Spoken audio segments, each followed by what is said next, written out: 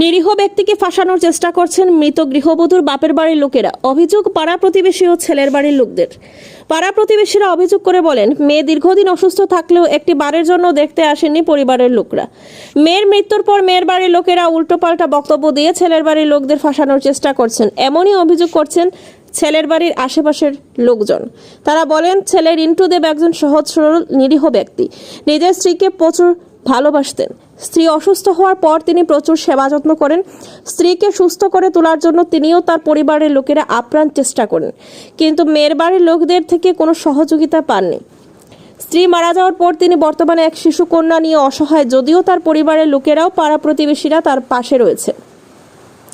উল্লেখ্য, শরৎপল্লী উত্তরাঞ্চলের নেতাজি লেনে সরস্বতী দেব নামে এক গৃহবধূ বেশ কিছুদিন অসুস্থ থাকার পর শিলচর মেডিকেল কলেজে মারা যায় বুধবার সকালে। সে ঘটনাকে কেন্দ্র করে মেয়ের বাড়ির লোকেরা সংবাদ মাধ্যমে উল্টোপাল্টা বক্তব্য দিয়ে স্বামীকে ফাঁসানোর চেষ্টা করেন। কিন্তু আশ্চর্যের বিষয় হলো, অসুস্থ থাকাকালীন মেয়েকে একটি বারের জন্য দেখা করার প্রয়োজনীয়তা বোধ করেননি মেয়ের বাড়ির লোকরা। খুব অসুস্থ, যেরকম দেখছে লাগাগড়ের মানুষও মানে কইতো না কেউ ওই রকম যেরকম মানে তার বউরে বালা পায়, এটা কেউ হতো তাই লেট্রিন করতো, পেচাপ করতো, সব তাই পরিষ্কার হতো। তারা বইনিতে একদিন গিয়ে দেখছে, তারা রবিবার দিন খবর দেওয়া হয়েছে, সোমবার দিন তাই নিয়ে মেডিকেল করতে পারেন। তারা বাড়ি চিনি বাড়িতে গিয়ে কেউ পাইছে না, আমার ছেলে গেছে, আমার দেওয়ার গেছে, সবে গেছে।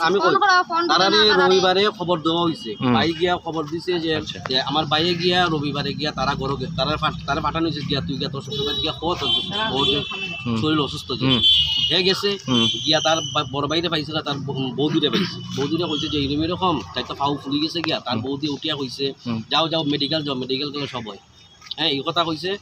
কইয়া একটা বারের লেগে আমরা তো সব মেডিকেল পরের দিয়ে হেল হয়ে গেছে, আমার মা গেছে, হে গেছে গিয়ে অ্যাডমিশন করানো হয়েছে। একটা বারের লেগে তারা খবর করছে না ইয়া যে আয়া যেন হে যেন কইছে তার বউয়ের অসুস্থ। আয়া তো আমি দেখতাম না, তারা বইন্দ্র ভাইয়া সত্যি মেডিকেল থেকে যখন ডিসচার্জ লই আই তখন তারে আমি কইছি তোর শ্বশুরবাড়িটা কোন জায়গা, তোর সম্বন্ধে কোন জায়গা থাকে। এ কইছে রবীন্দ্রসরণী থাকে। আমি আমার বাতিজারে লইয়া রবীন্দ্রসরণী গেছি, গিয়া তারা ঘর বাই করছি, ঘরের দিকে তালা মারা। তারা লাগা করে একজন ব্রাহ্মণ থাকে, তাইনটা আমি চিনি। তাইনটা কইলাম যে তারা কইলে তারা গেছে বড় দুর্গা মন্দিরও। আমি কইছি তারা একটু ফোন নাম্বারটা দিন না, একটু তাইনের বাইরে ফোন করতাম, তাইনের বইন মারা গেছে। ফোন নাম্বার দিছে, তাইনের ফোনেও লাইনই ঢুকে না।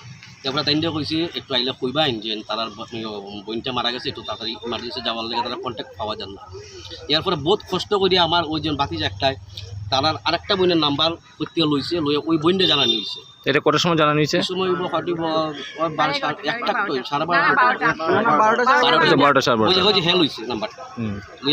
নাম্বার লইয়া জানানো হয়েছে।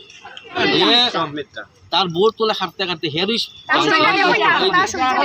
জামাই তুমি অত্যাচার করছেন নি আপনি আপনার ওয়াইফের উপরে? হ্যাঁ, কোনোদিন করছেন না? ফ্লাডের থেকে অসুস্থতায় রিসেন্টলি খুব বেশি অসুস্থ হওয়ার কারণে মেডিকেল অ্যাডমিট করছে। তারপর 3 নম্বর দিন এক্সপায়ার হয়ে গেছে। তারপরে সব আমরা জানি, আমরা যাইতাম শ্মশানে, তারা ঘরে আনছে, আনার পরে তারা বোনরা আইতো করিয়া 3টা সাড়ে 3টা বাজে তারা আইস না। হঠাৎ করে দেখা যায় পুলিশ নিয়ে আই গেছে। কি ব্যাপার যে তারা বলে বউটারে মারধর করছে এসেট্রা এসেট্রা। তখন আমরা পাড়ার মানুষরা কইলাম যে আমরা তো জানলাম না, কারণ তারা একটা ফ্লোট পারই আমার ঘর। তো তারা যেটা এর মধ্যে তো এগুলো সব শেষ হলে তারা পোস্টমর্টম করলো। তারপরে কালকে রাতে দেখা গেল যে কয়েকটা নিউজ চ্যানেলে যে পাড়ার মানুষে কইছে যে বউরে মারধর হয়েছে, বাচ্চারা মারধর করা হয়েছে। আপনার হিসেবে এটা মিথ্যা? এটা টোটালি মিথ্যা কথা। কারণ যে মেয়ে লোকটা মারা গেল অলরেডি অসুস্থ আছে, একটা আমার পাড়ার মধ্যে একটা মানুষ দেখাইতে পারত না কেউ যে এইরকম স্টেটমেন্ট দিছে। আপনার নামটা কি? আমার নাম প্রসেনজিৎ পাল। আপনি এই গলিতে বাসা? আমার এই গলিতে, তারা ঘরের 2 ঘর আগে আমার ঘর। আচ্ছা, হ্যাঁ, পাড়া প্রতিবেশী। আচ্ছা আচ্ছা, কি হয়েছিল ঘটনাটা? এটা তো একদম মানে মিথ্যা অভিযোগ। আচ্ছা, কারণ আমি নিজের চোখে কি নাম? 13 তারিখে সিভিল হসপিটাল লইয়া গেছে বউটারে, জামাইটারে দেখি আমি চিনলেছি। আমিও গেছিলাম অন্য ডাক্তার দেখানে, অন্য আরেকজনে নিয়া, আমার বঞ্জি একটারে নিয়া। তখন আমি দেখছি তারারে দেখি আমি বলছি তাইছে। তখন সিভিলের মধ্যে আবার কাট লাগে, এটা লাগে এটা লাগে।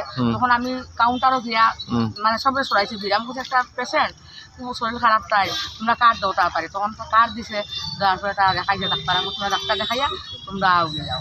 কিন্তু আমরা পাড়ার লোক তারারে আমরা সবসময় চিনি, তারা এরকম মানুষ না যে বধূ নির্যাতন করবেন। মানে এটা অরিজিনালি অসুস্থ।